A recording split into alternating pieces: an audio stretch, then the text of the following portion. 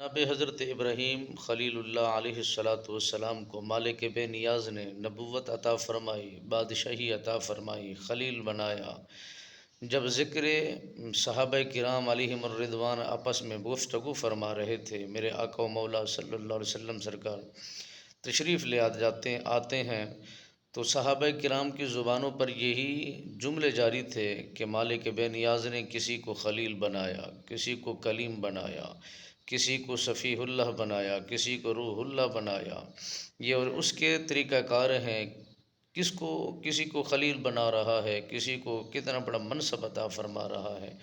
میرے آقا و مولا صلی اللہ علیہ وسلم سرکار جب تشریف لے آتے ہیں، آپ نے فرمایا میرے صحابہ، میں نے تمہاری تمام گفتگو کو میں نے سماعت کیا ہے۔ میرے خالق و مالک نے جس کو خلیل بنایا ہے وہ بھی لاجواب نبی ہے، اور جس کو صفیح اللہ بنایا ہے وہ بھی اللہ کا نبی ہے، جس کو حبیب اللہ بنایا ہے یہ نبیوں کا نبی ہے۔ اور میرے آقا و مولا صلی اللہ علیہ وسلم سرکار نے فرمایا اس میں کوئی تعجب کی بات نہیں ہے، وہ کریم رب ہے، اسی کے فیصلے ہیں۔ جس کو جتنا بڑا منصب و شان عطا فرمائے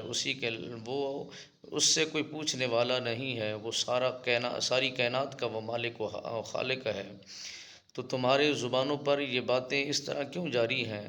میرے آقا و مولا صلی اللہ علیہ وسلم سرکار نے فرمایا تمہارے لیے اتنا کافی نہیں ہے، سب انبیاء، سب رسول، سب پیغمبر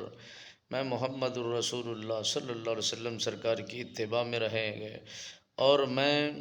ساروں کو لیڈ کروں گا۔ قیامت کی صبح اللہ کی بارگاہ میں جو سب سے پہلے سوال کرنے والا ہوگا تو میرے آقا مولا صلی اللہ علیہ وسلم سرکار نے فرمایا وہ میں ہوں گا، اور یہ سب میرے پیچھے ہوں گے۔ جب بارگاہ خداوندی میں پہنچیں گے، عرض و گزار کریں گے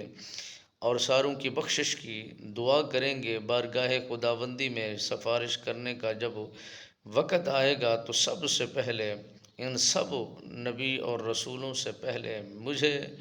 بلایا جائے گا، اور میں بھی اللہ کی بارگاہ میں جا کر لوگوں کی درخواست پیش کروں گا، عرض و گزاری کروں گا۔